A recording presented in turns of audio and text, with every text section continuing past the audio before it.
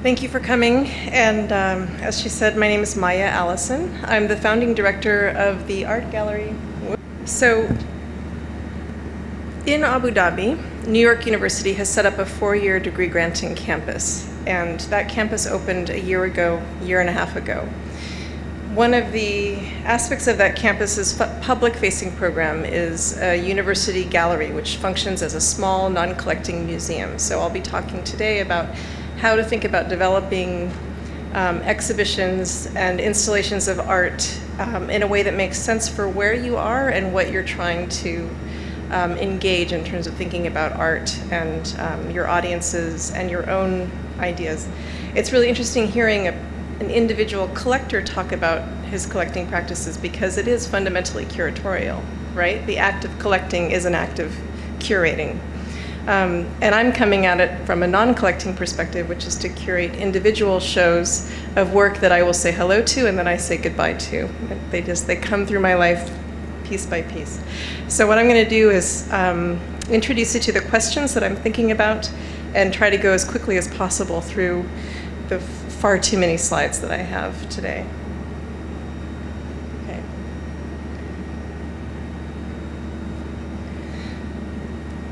So when I was asked to start this gallery, I came back to the questions that I always find myself asking, which is, does art matter? What is it for? Why should I curate and how? And I was excited about this project because the UAE is actively engaging these questions and actually, I think, really wrestling with these questions in a way that New York might take for granted. And I'm from New York originally. Back again. All right, so just to put it in perspective, the UAE is a fairly small country. There are 3 sort of major centers where art is being displayed. Sharjah is the oldest center, and it has museums, the Sharjah Biennial, foundations, and fine art societies. And that's where I go to try to get a sense of the artistic history and community that has preceded NYU's arrival. Dubai, of course, has Art Dubai, which is very fantastic, and the Global Art Forum, film festivals, design fairs, etc. It's essentially the commercial center of the art world in the UAE. Abu Dhabi very recently sort of entered this conversation with its vision for Saadiyat Island. I'm going the wrong direction again. Which is an island just outside of the center of Abu Dhabi, which is where this red triangle is. Let's see if I can do this. Can I do the next slide, please? I give up. Thanks. So the vision for Saadiyat Island is that it will have a Louvre museum, a Guggenheim museum, the Zayed National Museum, a world-class university, that's us, as well as living communities, resort communities, etc. It's meant to be both a tourist destination, a cultural destination, and it's also meant to think about what is the economy sort of the future in terms of the value of Abu Dhabi to the world and to its citizens beyond sort of its financial contribution to the world economy. This is what Saadiyat Island looks like today. On the lower right-hand corner, you can see New York University. We are the first major institution to open on the island, other than the hotels. On the upper left is where the Louvre is under construction to open next year. And then there's the Monarat exhibition space where you will see rotations of exhibitions from the coming museums of Louvre and Guggenheim and so on. So we're in a very interesting moment as a gallery, as the second exhibition space on the island, where I have to think about how am I serving people now and how will I serve them when the big museums come. Why should somebody come to my gallery? That's ridiculous, right? It's a desert island.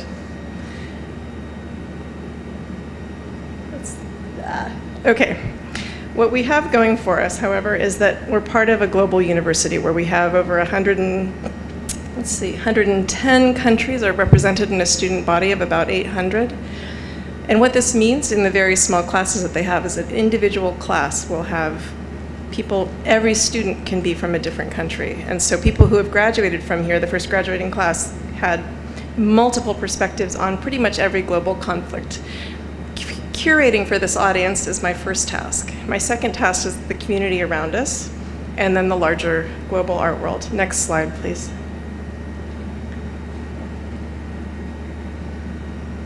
In addition to the art gallery, we have an art center, which is also very ambitious, and a substantial art department. And we're also doing projects with the regional community. So we have an award called the Christo Award for recent graduates who live in Abu Dhabi to fund them to make public art. And this is something I also manage. Next slide, please. Keep going. Let's see if I can do this. This was not a good idea. Sorry. Can we go back one, please? Back one slide, please. Back one more. Okay. I gave you a picture of the raw space because it represents the question that I'm asking. It's 640 square meters, high ceilings, flexible walls and floors, and the quality of the climate control is, which is critical to me, allows me to borrow from museums if I want to, or if they'll trust me. So I'm going to try to go a little more quickly here. Okay, I wanted to tell you a little bit about my background to tell you how I solved this problem and start talking about exhibitions specifically. I became a curator at the Museum of Art at the Rhode Island School of Design, which is an encyclopedic museum in New England in the US. Let's see if I...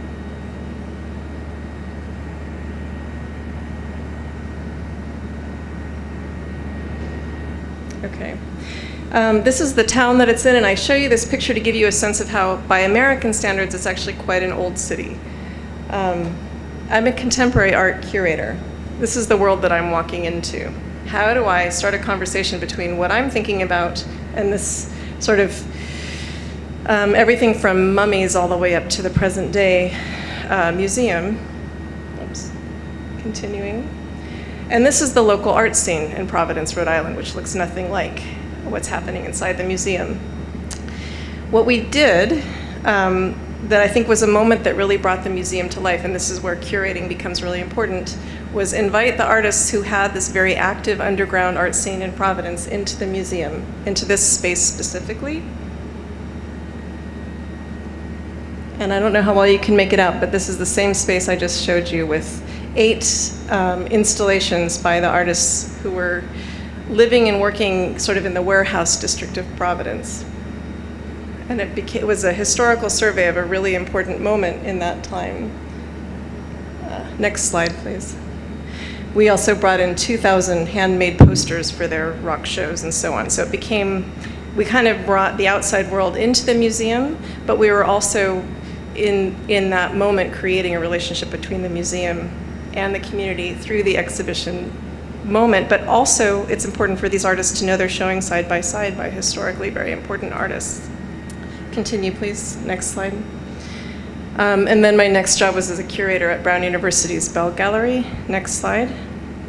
And the very first thing I did was ask an artist to respond to the gallery space itself, which was this very intense building with these intense grids. And the artist came in and responded to that by creating this painting on the wall that you see that looks like the grid outside the window.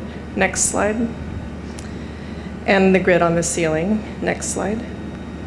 And when she did it all with paint, thread, and dirt from the floor, which is quite literally responding to the space that she's in. And this is leading up to how I solved the problem of Saadiyat. Next slide.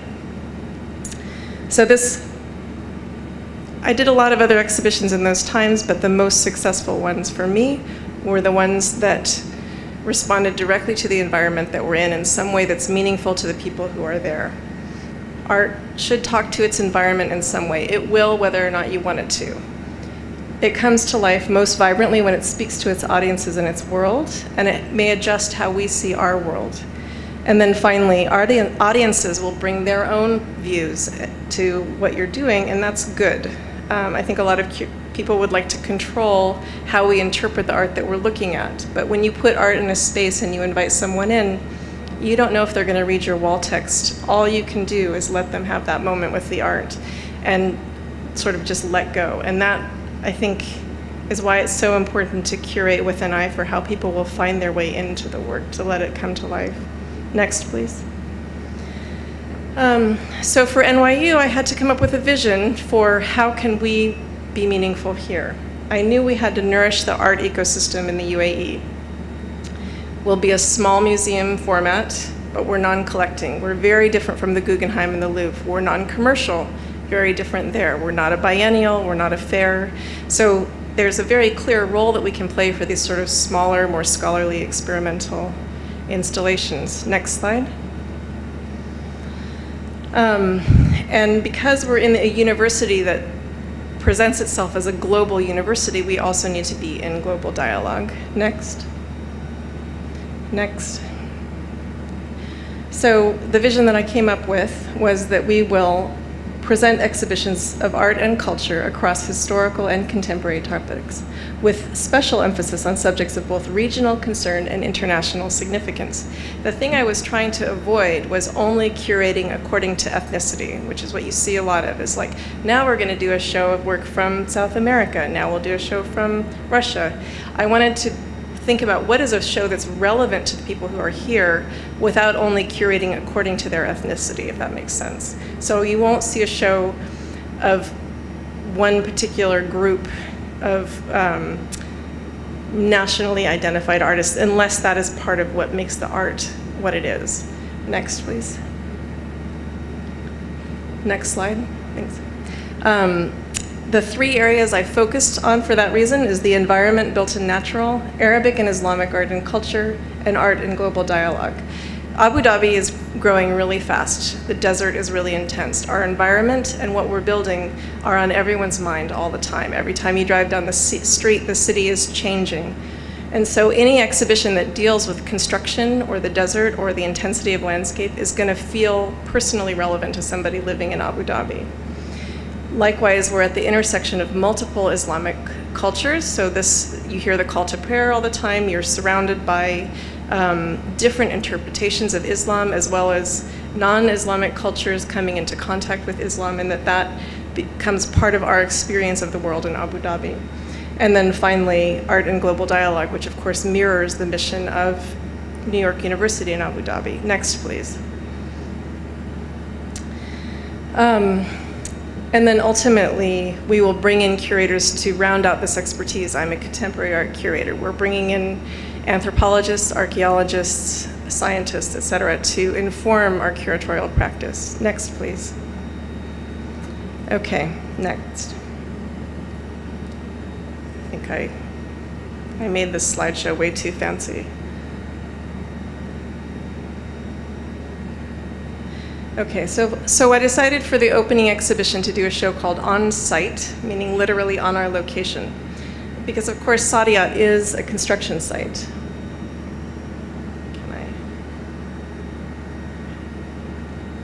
Next slide.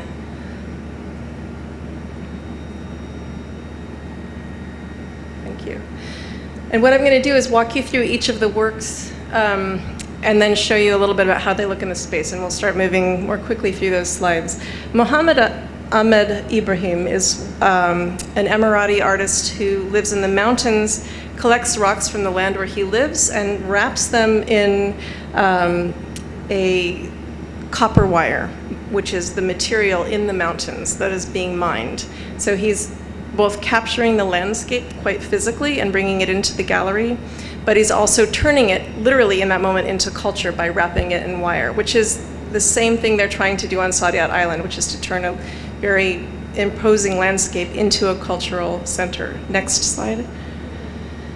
Tariq Al-Hussein is a Palestinian Kuwaiti artist who photographed the development of Saadiyat Island. So what you're seeing are photographs of the sites of the future Guggenheim and Louvre as they are being landscaped. So what you're watching is a move away from natural landscape to man-made landscape. So while it looks natural, clearly it's not.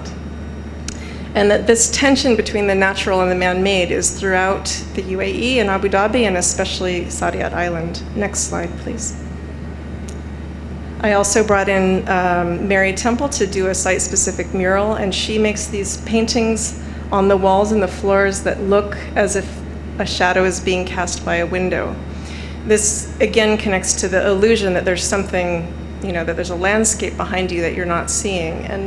And that feeling of not knowing for sure where you are, a tropical landscape, desert landscape, is something that I was trying to respond to. Next. And then Rashid Rana, who's a Pakistani artist whose piece here I saw at the Dhaka Art Summit. And what he did was he took the exact scale of a room at the Tate Museum, and he reproduced it 1-to-1. So on the upper right is that reproduced room that is the exact same dimensions. It's photographs of the walls and the floors of that gallery, which he has then printed onto wallpaper and put on the walls. A couple things happen there. One is that you have this idea of a museum space, and that is the artwork itself, which I think is a really sort of beautiful moment of illusion. The outside he let be this solid grid that is also referencing construction. So I saw this and I immediately thought, of course, Saadiyat Island, the Louvre, the Guggenheim, we're inventing a museum space, we're constructing. And for me, you put that piece in Dhaka and it means one thing, you put it in Abu Dhabi, it means something else. If you put that in New York, it might not mean anything, but it means a lot in the context of this world that we're in, where we're thinking about how do you create an exhibition. Next slide. Basim Magdi is taking photographs of an ancient volcanic landscape and adding his own interpretation to it through coloration.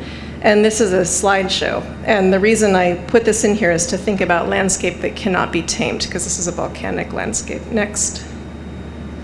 And then Ebtisam Abdulaziz, finally, is another Emirati artist who did a series of paintings of a neighborhood in Dubai where the landscape is being kept, this sort of small old Arabic city landscape, but it has been renamed. And for her, this erases its history. So what you're seeing, if you look at this, is actually a figure ground illusion of sky and ground. And the white space is the buildings that she feels are being erased. And so one of the ideas of Saadiyat Island is that it's an island with no history, but in fact it does have history. And so I'm really interested in how local people are thinking about their history that may or may not be registered. Next. So for the inaugural exhibition, here are the works I just showed you installed, and let's see if we can go through them.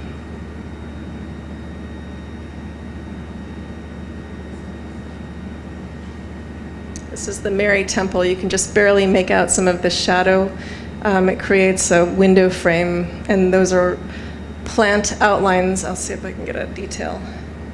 The plants that she used were photographed from around the campus, and some of them are indigenous plants, some are not. And so it's in direct dialogue with the landscaping of our campus.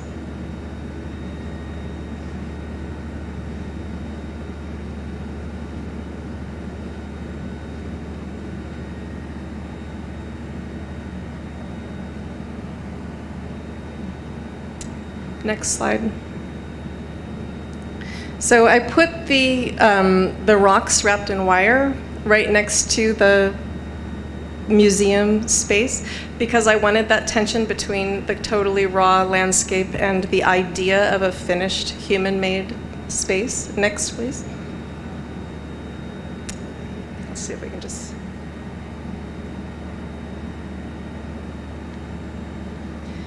and so that when you're in this imaginary Tate Museum gallery, you're looking out at the raw landscape of Corfacon in the UAE. And this is a close-up. When you're in the Tate Museum replica, from a distance, what looks like a door is actually pixels, and on the right is the close-up. When you get closer, the pixels are just these little squares of color. And the idea being that the closer you get to this pure idea of a museum, the more abstract it becomes.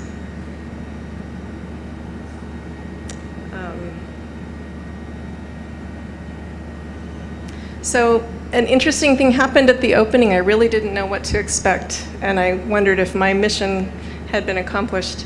And one of the moments that was the most wonderful was having people come in who I'd never seen before, who were originally Emirati, who really responded positively. And it really made me feel like, okay, we're starting a conversation here about contemporary art, about our landscape, and about Saadiyat Island. Next.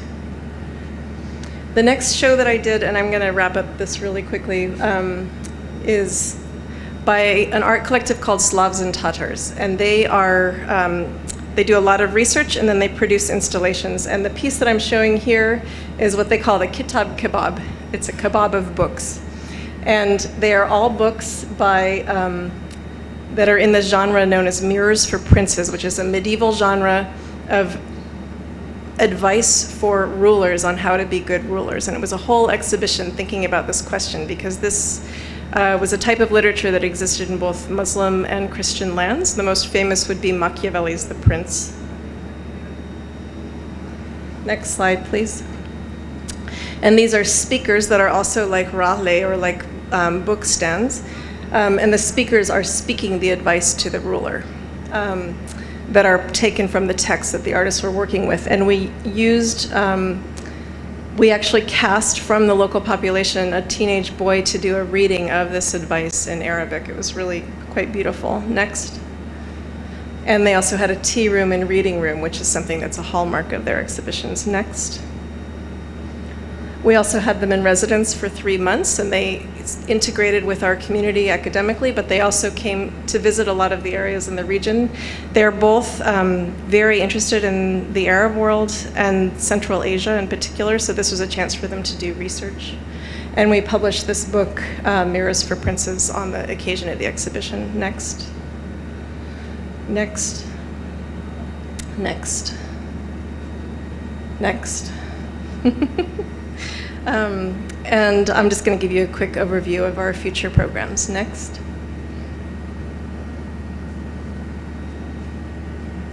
So we have only done 2 shows. We're just starting out here. And our next show will be Diana Al-Hadid, who's a Syrian-born artist who lives in the US and makes these incredible sculptures and installations that are drawing on European and Greek art history. Next, next, next, next, next. So I'm going to show you a detail here. Next. These walls that you saw around the sculpture are actually images and sculptures of their own. And here she's drawing from a Hans Memling painting of the Virgin. Next, next, next. And this is a detail. Next. And another detail. Next. Next. When you get really close, that's actually very quite dense, layered, painterly. Next. Next. And this is what it looks like from the back. Next. This is another one. Next. And this is a woman from Pompeii. I can't remember the name of the piece, but she's taken the form and then broke it into this kind of step shape. Next. And that's the back. Next. And you can see here how you can actually see right through the wall and through the sculpture to give you a sense of its physicality. Next. So these are some of the areas we'll be working in the future. And so now as our facility stabilizes, you have a new facility, the climate is stabilizing and so on, we're able to start programming more historical exhibitions over time. And I'm looking forward to bringing in other curators besides myself, which is what it has been so far. And that's the end of my presentation. Next slide, please. And I just wanted to give you sort of a snapshot of how I think about putting exhibitions together in the context of creating a new space in which we're talking about art and looking at art. And I thought that was relevant for Art Bahrain. Thank you.